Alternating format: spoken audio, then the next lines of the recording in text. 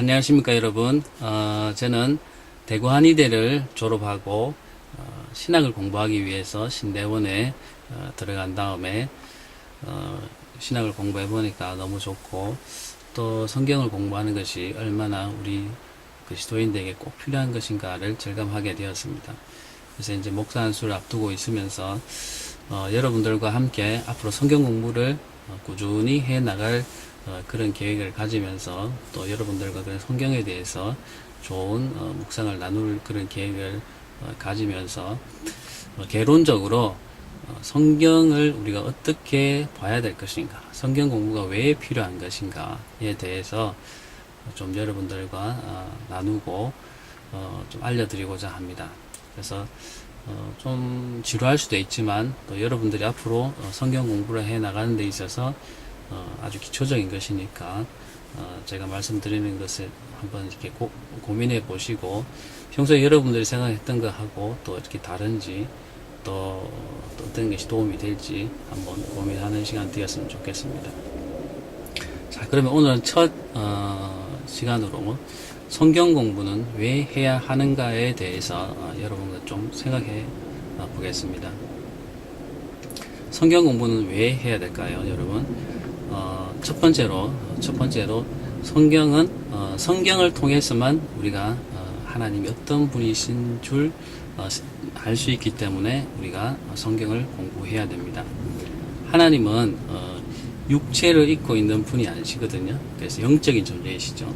하나님이 그런 영이신 하나님이 인간의 한계 속으로 들어오셔서 자신에 대해서 기록을 남긴 것이 바로 성경이거든요. 그렇기 때문에 이 성경을 통해서만 하나님을 우리가 알 수 있습니다. 그렇지만 하나님은 영적인 존재이시기 때문에 그 영적인 존재이신 분에 대해서 인간의 언어로 기록했기 때문에 분명히 한계는 있는 것이죠. 인간의 언어가 신이시고 영적인 존재이신 분을 다 정확하게 기록할 수 없고, 그 표현이 적절한가, 신이신 분의 어떤 속성을 표현할 때 적절한가 하는 부분에서도 우리가 문제가 있는 거죠. 그래서 성경을 읽는 것만으로 하나님에 대한 기록을 또 완전히 이해할 수는 또 없는 부분이 분명히 있습니다. 그렇기 때문에 영이신 하나님이 성령의 조명하심을 통해서 우리에게 깨닫게 하시지 아니하면 우리는 아무리 성경을 본다 하더라도 그것을 정확하게 이해할 수 없고 깨달을 수가 없는 것이죠. 그래서 성령께서 우리 인간에게 깨닫게 하시는 그 역사를 우리는 조명하심이라고 하는데, 조명한다라는 말을 우리는 좀 이해해 놓으실 필요가 있습니다. 앞으로 조명하심이라는 단어를 많이 사용할 터인데, 성령의 조명하심이 우리 성도들 가운데 역사해야지만 우리가 하나님에 대해서 깨달을 수가 있습니다. 그래서 성령의 조명하심이 있어야지만 영이신 하나님을 알 수가 있고, 하나님이 자신을 드러내시는 그런 계시가 우리에게 주어져야지만 우리가 깨달을 수 있는 것이죠. 그래서 계시라는 것과 조명이라는 것을 우리가 조금 알아두실 필요가 있습니다. 그렇기 때문에 성경을 공부하거나 읽거나 묵상할 때 성령의 깨닫게 하시는 도우심, 다시 말하면 조명하심이 있어야 되는데, 그 조명하심 우리는 구해야 된다는 것이죠. 그럼에도 불구하고 또 우리보다 앞선 수많은 신학자들이 연구한 결과를 또한 우리가 참고할 필요가 있습니다. 그들이 한 연구의 결과는 인간의 이성을 이용해서 또 각종 역사적인 자료와 학문적인 방법을 동원해서 낸 것이기 때문에 체계적으로 정리되어서 또 충분히 참고할 만한 가치가 있는 것입니다.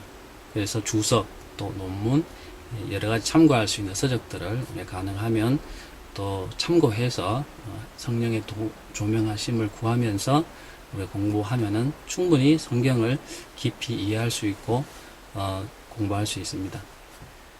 그래서 성경을 통해서만 하나님이 어떤 분이신지 알 수 있다는 사실을 우리가 명심해야 됩니다. 성경만이 하나님을 알 수 있는 길이라는 것을 먼저 인정하고 이해하셔야 됩니다. 자, 그러면 우리는 성경을 통하지 않고 그럼 하나님에 대해서 알 수 있을까요? 한번 생각해 볼까요? 자, 먼저 하나님이 자신을 드러내시는 것, 신이신 분, 영이신 분이 인간에게 드러내시는 것을 우리는 계시라고 한다고 했습니다. 계시. 그런데 다시 말해 계시라는 것은 영이신 하나님이 자신을 인간에게 드러내시는 것입니다. 하나님이 신이고 영이시기 때문에 자신이 드러내시지 아니하면 인간은 전혀 하나님에 대해서 인지할 수가 없고 알 수가 없습니다. 그렇기 때문에 하나님이신 분, 신이신 분이 우리 인간에게 드러내셔야 되는데 그것을 우리는 계시라고 한다는 것입니다. 하나님이 우리 인간에게 계시하셨고 인간에게 나타나셨기 때문에 우리가 알 수 있는 것이고 또 성경을 통해서 자신을 계시하셨기 때문에 우리가 알 수 있는 것입니다. 그래서 반드시 계시를 통해서 우리가 알 수 있다는 것입니다. 그래서 계시에 대한 이 개념, 계시가 뭐다라는 것을 꼭 염두에 두고 계시고 앞으로 제가 그런 용어를 사용할 때 계시라는 것은 하나님이 우리 인간에게 드러내시는 것이다 라는 것을 이해하셔야 됩니다. 용어는 그 함축적인 의미가 있기 때문에 용어를 사용할 때는 그 의미를 이미 개념을 우리 전제로 해서 이야기를 하기 때문에 개념을 잘 알고 계셔야지만 나중에 제가 설명할 때 그 의미를 정확하게 알 수 있습니다. 자, 계시, 조명하심 어떤 개념인지 아셨으리라 생각하고 또 말씀드려 보겠습니다. 자, 앞에서도 언급한 대로 계시는 하나님이 자신을 인간에게 드러내시는 것이다 라는 것이죠. 즉 신이신 창조주 하나님께서 친히 인간에게 혹은 개인에게 직접 드러내셔야지만 인간이 하나님을 알 수 있다는 말이죠. 그래서 일반적으로 신학적으로는 두 가지의 계시를 말합니다. 두 가지 계시가 있습니다. 첫 번째는 자연을 통한 일반 계시고 두 번째는 성경을 통한 특별 계시입니다. 첫 번째는 자연을 통한 일반 계시, 둘째는 성경을 통한 특별 계시입니다. 자, 일반 계시는 뭐냐면 하나님을 믿는 성도가 아닌 믿지 아니하는 자들, 즉 불신자들도 하나님에 대해 알 수 있게 하신 계시. 그러니까 하나님의 드러나신 내심이라는 거죠. 즉 창조 세계에서 나타나신 하나님의 손길과 자연을 운영하시는 하나님의 위대한 능력을 보거나 연구하기만 해도 하나님의 존재를 알 수 있게 하심으로써 하나님께서 자연을 통해 자신을 드러내시는 것. 이것을 우리는 일반 계시, 또 자연을 통한 계시라고 할 수 있는 것입니다. 자연을 공부하고 연구하고 하는 것만으로도, 우주를 공부하고 하는 것만으로도 하나님을 알 수 있는 것, 조물주가 있구나 라는 걸 우리가 알 수 있는 것, 그것을 우리가 일반 계시라고 한다는 것입니다. 그렇지만은 그래서 인간의 역사를 통해서도 하나님의 능력을 알 수도 있고 하나님 계시구나, 하나님이 역사 속에 개입하고 계시구나 하는 것을 알 수 있는 거죠. 그래서 역사를 통해서도 하나님을 알 수가 있습니다. 그렇지만 이러한 일반 계시는 하나님이 인간이 죄의 영향에서 벗어나 하나님이 준비하신 구원을 위한 충분한 지식을 제공하지는 못합니다. 하나님의 존재를 알고 하나님의 능력을 어느 정도는 우리가 인지할 수 있지만 그 일반 계시를 통해서는 우리 인간의 죄에 대해서 말하지도 않고 그 죄에 벗어나는 방법, 구원을 받는 방법에 대해서는 일반 계시로서는 알 수가 없는 거죠. 그래서 구원에 대한 지식은 우리가 알 수 없습니다. 그래서 일반 계시를 통해서는 어렴풋하게나마 하나님의 존재를 알 수는 있어도 구원에는 도달할 수가 없습니다. 그래서 구원을 위한 하나님의 특별한 계시가 필요한 것이죠. 그래서 특별 계시가 필요한 것입니다. 자, 그래서 일반 계시는 자연을 통한 계시다 라는 것을 먼저 아실 필요가 있고요. 자, 두 번째로는 특별 계시에 대해서 말씀드리겠습니다. 특별 계시는 성경을 통해서 주어지는 계시입니다. 성경을 통해서. 그래서 앞에 일반 계시 한계를 뛰어넘어서, 자연을 통한 계시를 뛰어넘어서 하나님에 대한 자세한 정보를 제공해 줍니다. 그래서 구원에 도달할 수 있는 계시를 제공합니다.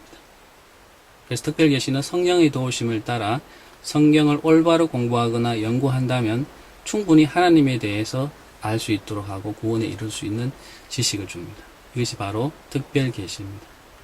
다시 말하면 성경은 하나님이 누구신지, 우리 인간이 죄를 범함으로써 어떤 상태에 놓여 있게 되었고 이러한 인간을 구원하시기 위해서 하나님께서 어떤 일을 행하셨는지, 또 예수 그리스도께서는 어떤 분이시고 인간을 위해 어떤 일을 하셨는지, 죄의 권세 아래 놓인 인간이 어떻게 구원을 받을 수 있는지, 그리고 성령께서 어떻게 지상에 있는 성도들을 도우시는지, 또한 장래에 하나님의 심판이 어떻게 임하고 예수님의 다시 오심 후에 성도들과 불신자들이 어떻게 되는지에 대한 모든 지식을 전달해 줍니다.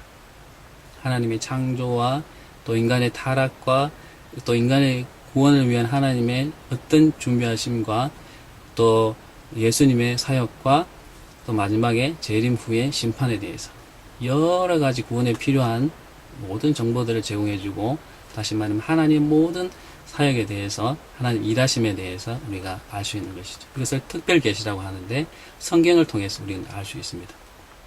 반드시 성경을 통해야 합니다. 성경을 통하지 않고 그런 계시를 말하거나 성경 외에 어떤 그런 하나님에 대해서 이야기하는 것은 우리가 받아들일 수 없습니다. 이 특별 계시에서 어긋나는 것입니다. 그러면 이단으로 갈 수 있는 것이죠. 그래서 반드시 하나님에 대한 이야기는 성경에 근거해서 반드시 해야 되고, 그것이 우리는 특별 계시라고 우리는 하는 것입니다. 그렇기 때문에 하나님을 알고자 하는 자, 예수 그리스도를 통해서 구원을 받고자 하는 자, 하나님을 제대로 믿고자 하는 자는 모두 성경을 통해서만 알 수 있고, 그렇게 해야지만 제대로 알 수 있는 겁니다. 자, 세 번째 주제. 그러면 성경 말고도 하나님에 대한 정보를 알려주는 것이 있습니까? 즉, 다른 계시가 있습니까? 궁금하시죠? 네. 성경 외에 다른 계시는 없습니다. 네, 성경 외에 하나님을 계시하는 다른 어떤 것도 있다고 말할 수 없습니다.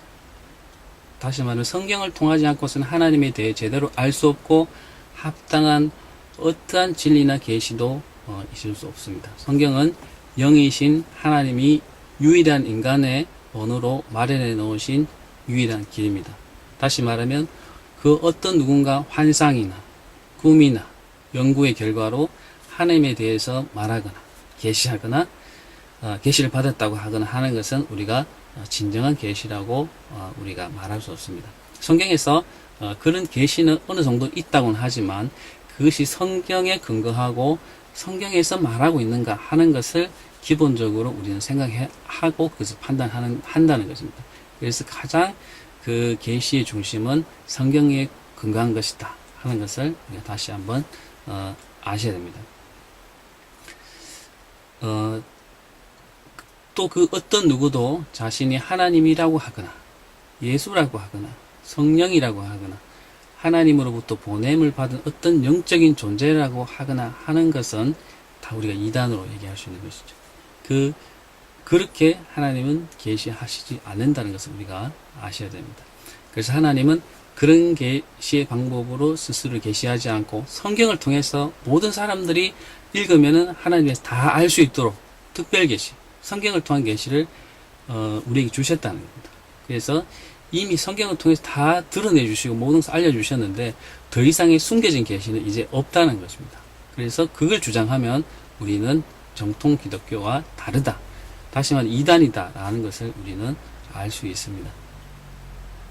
자, 그러면 하나님은 네 번째 주제, 왜 하나님은 성경을 통해서만 계시하시는가 하는 것입니다. 자, 하나님은 영적인 존재이시기 때문에 하나님이 영적인 다른 방법으로 계시하신다면 영적인 존재가 아닌 인간이 영적인 방법으로 하나님을 온전히 알 수 없습니다. 영적인 하나님을 온전히 영적인 존재가 아닌 우리가 온전히 이해할 수가 없는 것이죠. 자, 또한 누구든지 거짓으로 영적인 방법으로 자신이 하나님의 진리를 말한다고 할 때 진위 여부를 가려낼 방법이 없습니다. 이렇게 누군가가 영적인 계시를 받았다고 주장한다면 절대적인 가치와 교리는 존재하지 않게 될 것입니다. 즉 판단 기준이 없어지게 됩니다. 자, 영적으로 내가 계시를 받았다, 영적인 주장을 한다면 그것을 검증할 방법이 전혀 없게 되는 것입니다.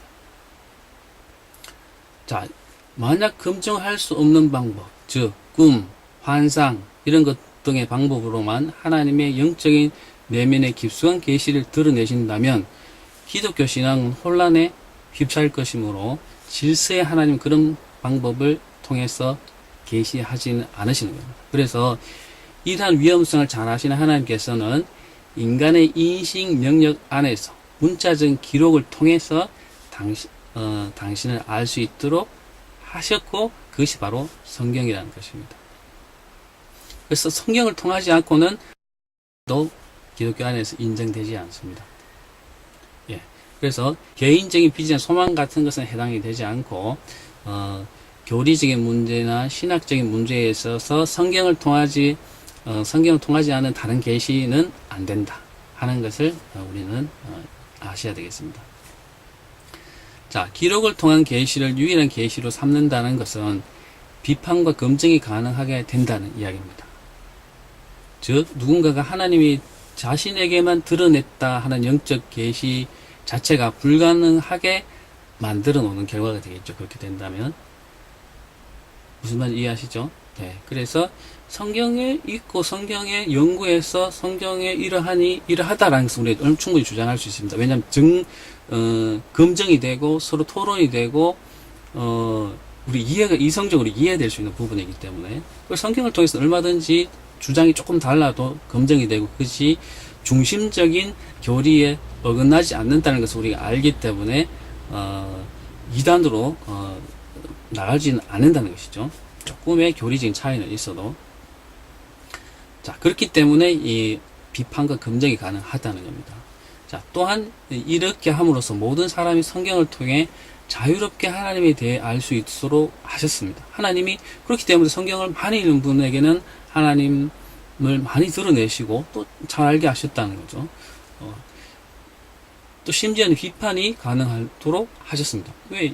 이단의 그런 문제들을 없애기 위해서 하나님께서는 비판이 충분히 가능하고 검증이 가능하도록 하셨다는 것입니다.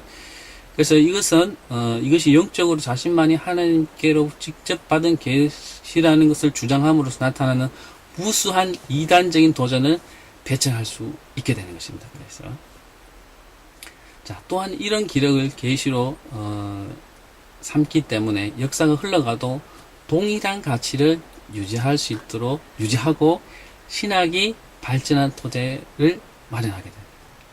그러겠죠? 그래서 세대가 가고 시대가 가도 그 연구한 결과를 계속 문자로 전달하고 함으로써 신학이 발전되고 하나님에 대한 그런 계시가 점차적으로 발전되게끔 그런 기반이 되는 것이죠. 자, 그래서 교리가 동일한 가치가 유지되기 때문에 이단이 끼어들지 못하고 신학이 발전할 수 있게 되는 것입니다. 자, 이런 경우도 있습니다. 최근에 이슬람 지역에서 전혀 복음이 전해지지 않는 지역에서 평생 복음에 대해 들어보지도 못한 사람이 꿈에서 하나님을 만나고 선교사를 찾아와서 하나님 예수 그리스도를 영접하게 되는 예가 있습니다. 이런 경우는 하나님에 대한 진리를 드러내는 계시라고 하기보다는 개인이 하나님께로 나아오기 위한 하나님의 부르심으로 보아야 되겠습니다. 그래서 우리가 지금 여기서 말하는 그런 어떤 신학적인 계시는 차원을 떠나서 그래서 개인의 부르심에 있어서는 그런 부르심은 충분히 있다는 것을 우리는 인정할 수 있습니다. 그건 신학적인 부분이 아니기 때문에. 자, 그렇기 때문에 우리가 성경에서 하나님에 대해 어떻게 말하고 예수 그리스도에 대해 어떻게 말하고 우리가 어떻게 구원받고 우리가 어떤 삶을 살아가야 되는 것을 정확하게 알고 하나님의 계시를 이해하기 위해서는 성경을 통해서만 반드시 이해하고 성경을 공부해야 된다는 것을 우리는 다시 확인할 수 있습니다. 자, 그러면 하나님에 대해 알려면 성경을 공부해야 되겠습니까? 성경에 대해서 연구하고 묵상하고 해야 되겠습니까? 네, 맞습니다. 성경을 통하지 않고는 하나님을 제대로 알 수 없기 때문에 모든 믿는 자들은, 성도들은 끊임없이 성경을 공부하고 묵상하고 연구해야 하는 것이죠. 성경 외에 성경 외에 또 어떤 서적이나 신앙 서적을 읽거나 집회에 참석함으로써 또는 기도를 통해서만 로서는 하나님을 전혀 알 수가 없습니다. 성경 자체를 우리는 이해해야 됩니다. 그래서 성경을 지속적으로 공부하고 다양한 관련 서적들을 읽고 탐구하고 묵상하고 연구하는 태도가 필요한 것입니다. 자, 그러면 다음 시간에는 성경을 어떻게 공부할 것인가에 대해서 한번 이야기해 보겠습니다.